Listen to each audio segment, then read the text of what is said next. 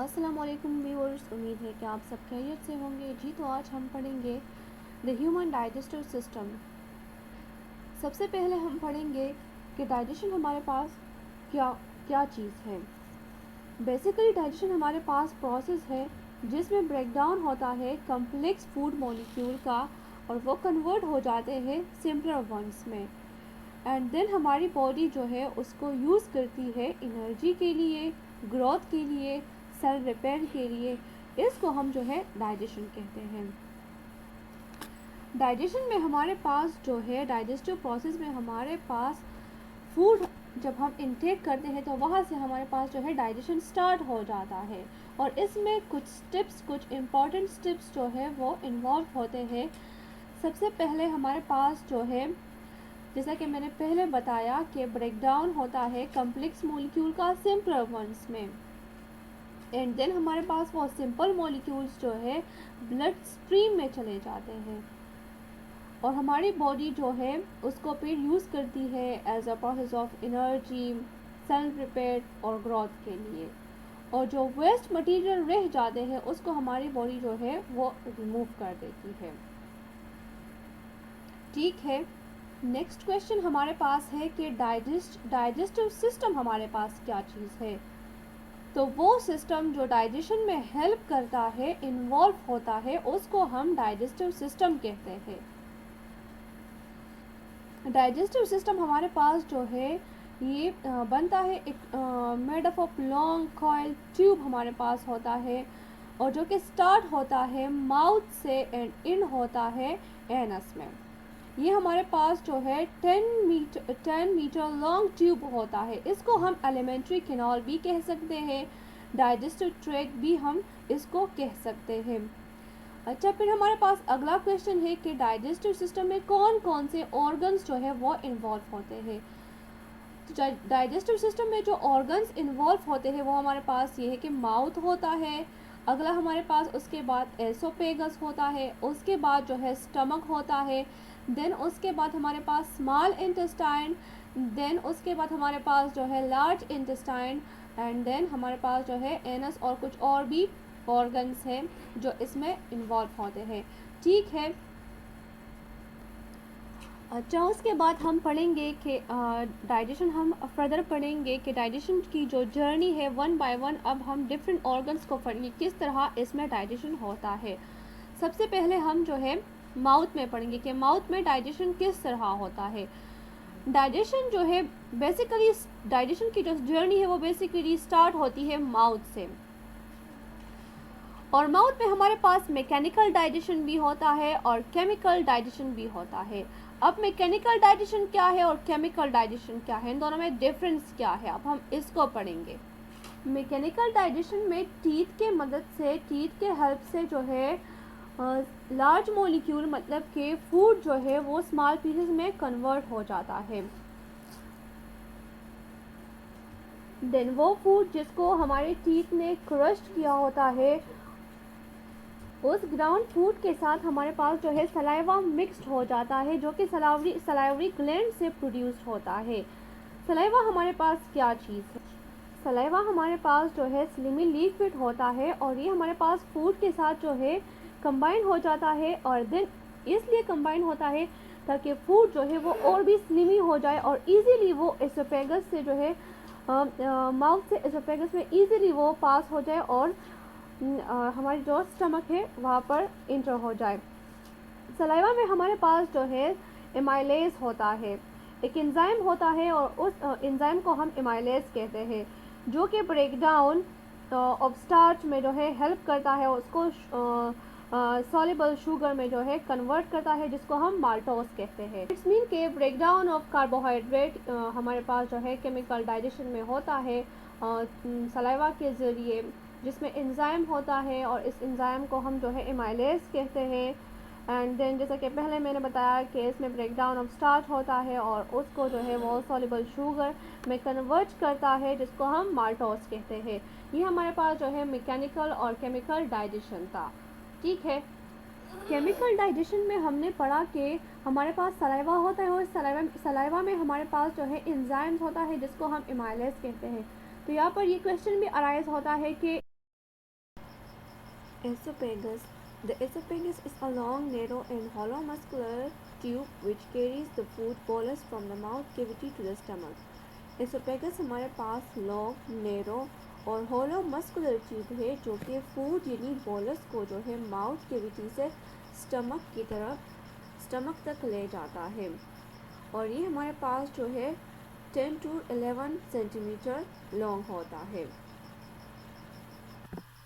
Oesophagus में bolus का movement जो है वो हमारे पास इनवॉलेंट्री होता है। जब हमारे पास फूड जो है वो एसोफेगस में इंटर हो जाता है तो एसोफेगस के जो मसल्स है वो हमारे पास कॉन्ट्रैक्ट और रिलैक्स होते हैं और ये कंट्रक्शन और रिलैक्सेशन जो है बोलस को पुश करता है किडनी बोलस को जो है पुश करता है स्टमक की तरफ। जब हमारे पास फूड जो है यानी बोलस हमारे पास माउथ से स्टमक की तरफ आता है तो इसको हम और जब हमारे पास यहाँ पर मूवमेंट होता है कंस्ट्रक्शन एंड रिलैक्सेशन होता है एसोफेगस में तो इसको हम पेरिस्टालसिस कहते हैं। लेकिन कभी कभार जो है जब वॉमिटिंग करते हैं हम और जब वॉमिटिंग करते हैं मतलब कि स्टमक से वापस जो है फूड माउथ की तरफ वापस आता है और बंदा हम ह्यूमन बींग या जो है वॉमिटिंग करते हैं तो उसको हम जो है एंटी पेरिस्टालसिस कहते हैं। और स्टमक के दोनों एंड्स जो है वो हमारे पास स्पाइनेक्टर्स से जो है क्लोज होते हैं लेकिन कभी कभार इससे जो है एसिड्स और फूड एसोफेगस में वापस आ जाता है जिसकी वजह से जो है हार्ट बर्न फील होता है मतलब कि यहाँ पर जो है बर्निंग होता है जिसको हम बेसिकली हार्ट बर्न भी कह सकते हैं। एसोफेगस से फिर फूड आ जाता है स्टमक में। स्टमक हमारे पास क्या चीज़ है? स्टमक हमारे पास जे शेप मस्कुलर बैग है डायफ्राम के अंदर और हमारे बॉडी के लेफ्ट साइड पर। एंड स्टमक जो है सेक्स लाइक स्ट्रक्चर है डाइजेस्टिव सिस्टम का। ये हमारे पास जो है थिक मस्कुलर वाल से बना होता है और इसमें कंस्ट्रक्शन और रिलैक्सेशन जो है कंटिन्यूसली होता है जो कि ब्रेकडाउन ऑफ फूड में हेल्प देता है। स्टमक में हमारे पास जो है गैस्ट्रिक जूसेस होते हैं जो कि स्टमक के वाल से जो है सिक्रीट्स होते हैं और उसमें एंजाइम्स होते हैं और अदर केमिकल्स होते हैं जो कि डाइजेशन ऑफ फूड में हेल्प करते हैं। With the help of that gastric juices chemical breakdown of protein occur and food में जो बैक्टीरियाज होते हैं वो भी इन गैस्ट्रिक जूसेस की वजह से जो है मर जाते हैं मतलब किल हो जाते हैं। बेसिकली गैस्ट्रिक जूसेस में हमारे पास जो है हाइड्रोक्लोरिक एसिड होते हैं और इन हाइड्रोक्लोरिक एसिड की वजह से जो है बैक्टीरियाज जो है वो किल हो जाते हैं। ठीक है, जब स्टमक में हमारे पास ब्रेकडाउन ऑफ प्रोटीन हो जाता है तो हमारे पास जो फूड के लार्ज मॉलिक्यूल्स थे वो हमारे पास जो है कन्वर्ट हो जाते हैं अमाइनो एसिड्स में एंड देन वो जो फूड था वो हमारे पास एक सेमी सॉलिड लिक्विड में कन्वर्ट हो जाता है या सेमी सॉलिड मास भी हम उसको कह सकते हैं और जिसको हम चाइम भी कह सकते हैं। और फिर वो चाइम जो है स्टमक में हमारे पास जो है कुछ टाइम के लिए स्टोर हो जाता है एंड देन हमारे पास फिर वो जो है मूव हो जाता है स्मॉल इंटेस्टाइन में। ठीक है, वही सेम पॉइंट जो मैंने अभी कहे कि स्टमक में हमारे पास जो है फूड मिक्स हो जाता है डाइजेस्टिव जूसेस के साथ केमिकल डाइजेशन उसमें हो जाता है और एसिड्स जो स्टमक में मौजूद होते हैं जैसे कि मैंने कहा कि हाइड्रोक्लोरिक एसिड जो होते हैं वो बैक्टीरिया को जो है किल करते हैं। और स्टमक में हमारे पास जो है ये स्टमक हमारे पास जो है फर्स्ट साइट है प्रोटीन डाइजेशन का और the enzyme protease break down protein into amino acid. Enzyme protease जो है वो हमारे पास प्रोटीन को ब्रेक डाउन करता है अमाइनो एसिड्स में एंड लास्ट में जो चाइम पार्शली डाइजेस्टेड होता है वो हमारे पास जो है स्मॉल इंटेस्टाइन में मूव करता है ताकि स्मॉल इंटेस्टाइन में फर्दर एब्जॉर्प्शन हो जाए और फर्दर और डाइजेशन हो जाए। ठीक है, हमारे पास जो है स्मॉल इंटेस्टाइन है। स्मॉल इंटेस्टाइन हमारे पास जो है रफली 25 फीट लॉन्ग है और स्मॉल इस ये जो हमारे पास है डायमीटर में है, not its length. It mean का लेंथ में ये हमारे पास जो है 25 फीट लॉन्ग है। स्मॉल इसको इसलिए कहते हैं कि इसका डायमीटर हमारे पास जो है वो स्मॉल है, इसलिए इसको स्मॉल कहते हैं। फिर हमारे पास जो है 3 पार्ट्स ऑफ स्मॉल इंटेस्टाइन है। फर्स्ट हमारे पास जो है ड्यूडेनम है, सेकंड हमारे पास डिजेनम है और थर्ड नंबर हमारे पास जो है इलियम है। First part of small intestine जो है वो हमारे पास ड्यूडेनम है, जो कि 20 to 25 सेंटीमीटर लॉन्ग है। स्मॉल इंटेस्टाइन में सबसे पहले चाइम को जो है ड्यूडेनम रिसीव करता है और देन ड्यूडेनम में जो है इसके साथ जो है लिवर के सिक्रीशंस मिक्स हो जाते हैं और पेनक्रियास के और ड्यूडेनम के वाल्स के अपने सिक्रीशंस जो है वो उस टाइम के साथ जो है मिक्स हो जाते हैं। ठीक है, पेनक्रियाटिक जूस जो है वो पेनक्रियास से रिलीज होते हैं पेनक्रियाटिक डक्ट के ज़रिए ड्यूडेनम में, और इसमें हमारे पास जो है एंजाइम्स होते हैं जो कि डाइजेस्ट करते हैं सारे कार्बोहाइड्रेट्स को, फैट्स को और प्रोटीन्स को जो चाय में मौजूद होते हैं। और लिवर जो है वो रिलीज़ करता है बाइल को बाइल डक्ट के ज़रिए ड्यूडेनम में और स्टोर करता है गॉल ब्लैडर। बाइल जो है वो गॉल ब्लैडर में स्टोर होते हैं, वो लिवर जो है तब उसको रिलीज़ करता है जब उसकी ज़रूरत होती है, अदरवाइज रिलीज़ नहीं करता। पेनक्रियाटिक जूसेस जो थे वो कार्बोहाइड्रेट, फैट्स और प्रोटीन्स को डाइजेस्ट करते थे, जबकि बाइल जो है वो ब्रेक डाउन करता है फैट्स को जो कि चाइम में मौजूद होते हैं और देन उसको कन्वर्ट करता है फैटी एसिड्स में और ग्लाइसिरॉल में।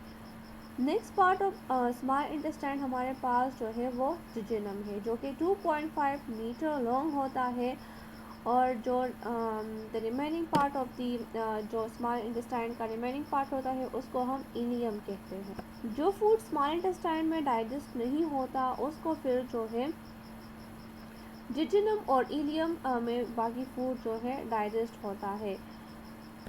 डाइजेशन के बाद जो है फूड स्मॉल इंटेस्टाइन के वाल्स जो है वो उसको एब्जॉर्ब करते हैं और देन वो ब्लड में जो है इंटर हो जाता है।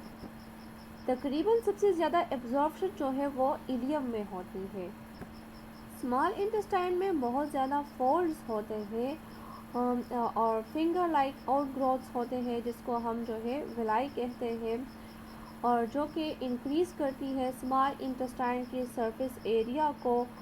और उसके बाद हमारे पास जो न्यूट्रिएंट्स होते हैं फूड में वो ब्लड स्ट्रीम में जो है डिफ्यूज़ हो जाते हैं स्मॉल इंटेस्टाइन के वाल से, और lipids are first digested here by lipase. Lipids जो है वो सबसे पहले यहाँ पर जो है लाइपेज के थ्रू जो है, जैसे कि पहले मैंने कहा था कि वो डाइजेस्ट होते हैं।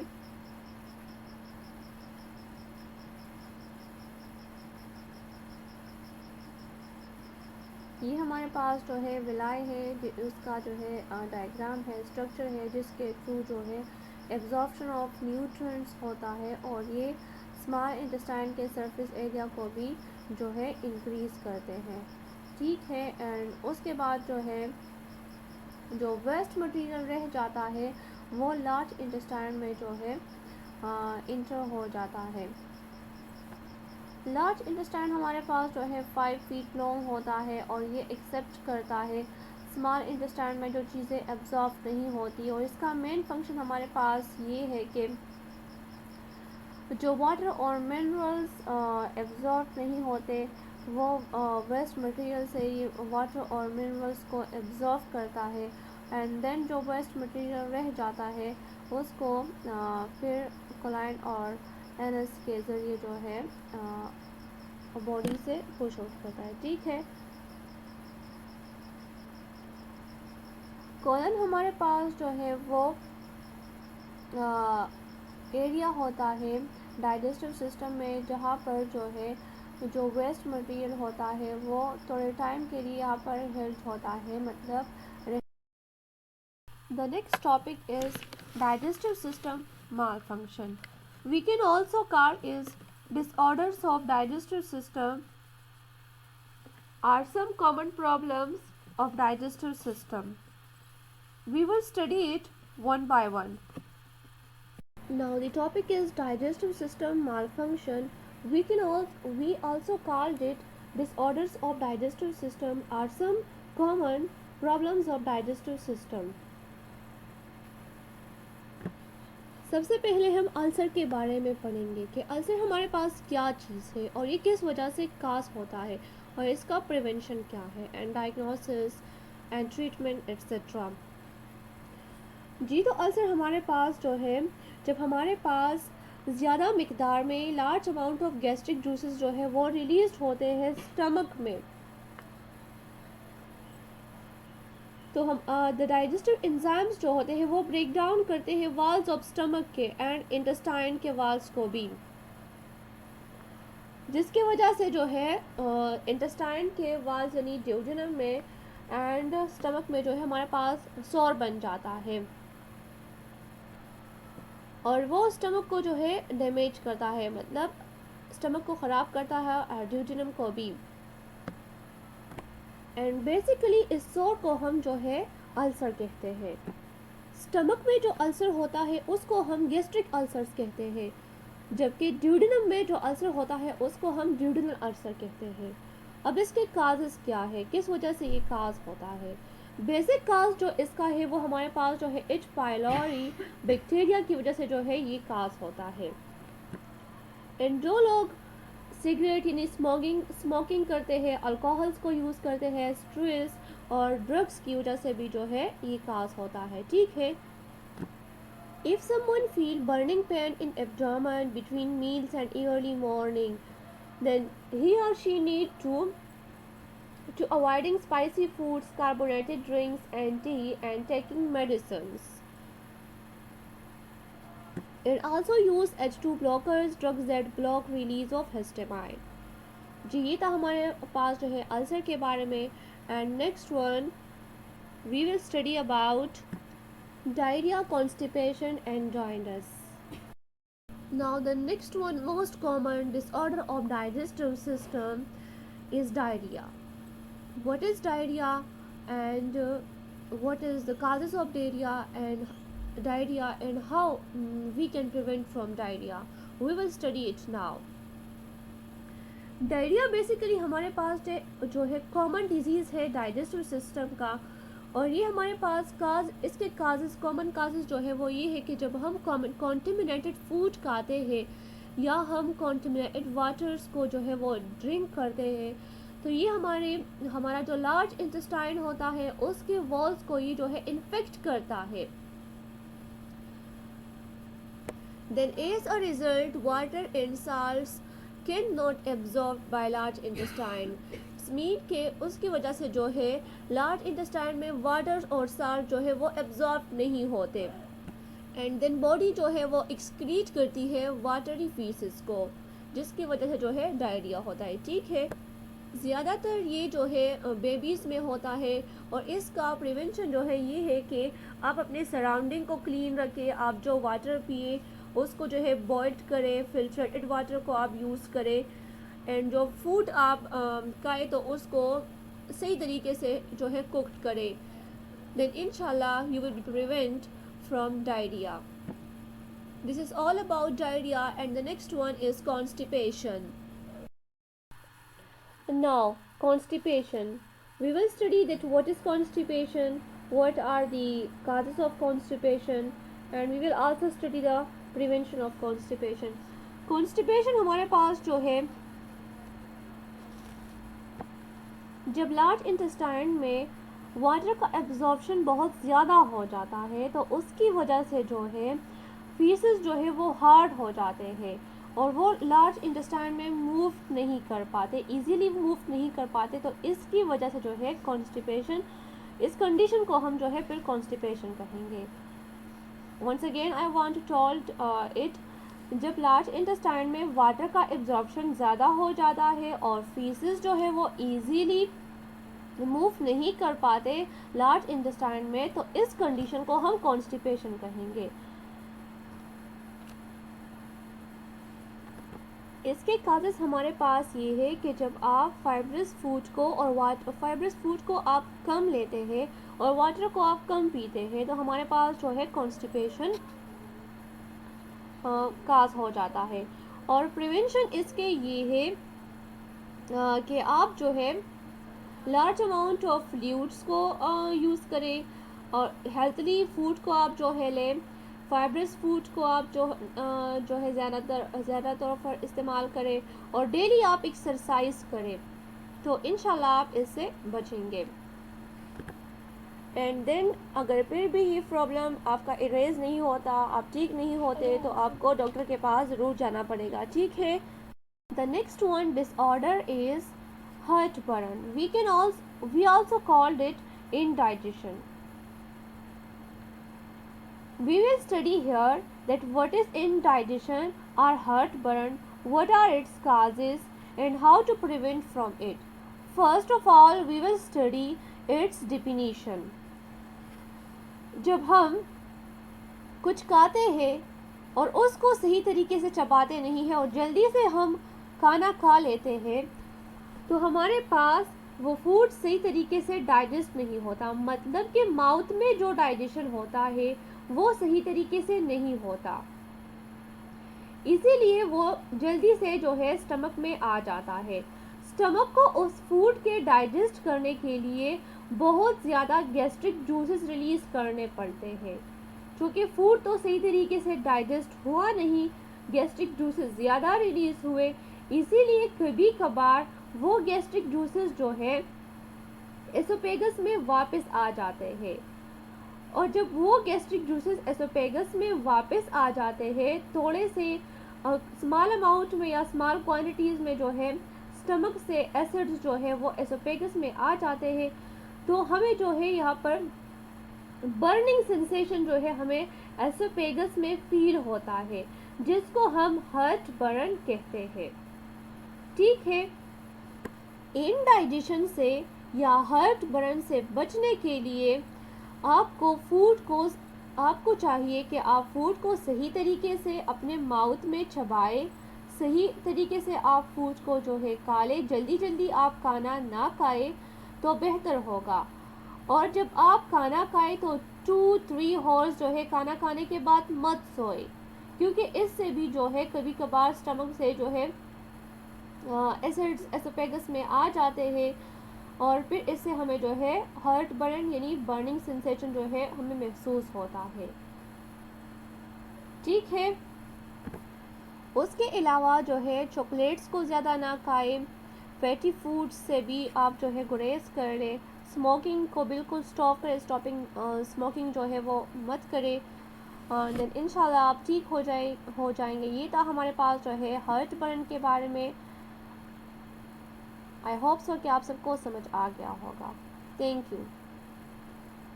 आई होप सो कि आप सबको समझ आ गया होगा जितना मैंने पढ़ाया। आई होप सो कि आप सब को अभी कोई क्वेश्चन नहीं होगा और अगर कोई कन्फ्यूजन है तो आप सब कमेंट बॉक्स में जो है पूछ सकते हैं। Now it's quiz time. The first one question is what is the name of each coloured organ. ये आप देख रहे हैं कि डाइजेस्टिव सिस्टम है और हर एक ऑर्गन को कलर किया गया है। देन आप बताइए कमेंट में कि कौन से ऑर्गन का मतलब ग्रीन का जो है इसका क्या नेम है, रेड का क्या नेम है, etcetera. It's too much easy question.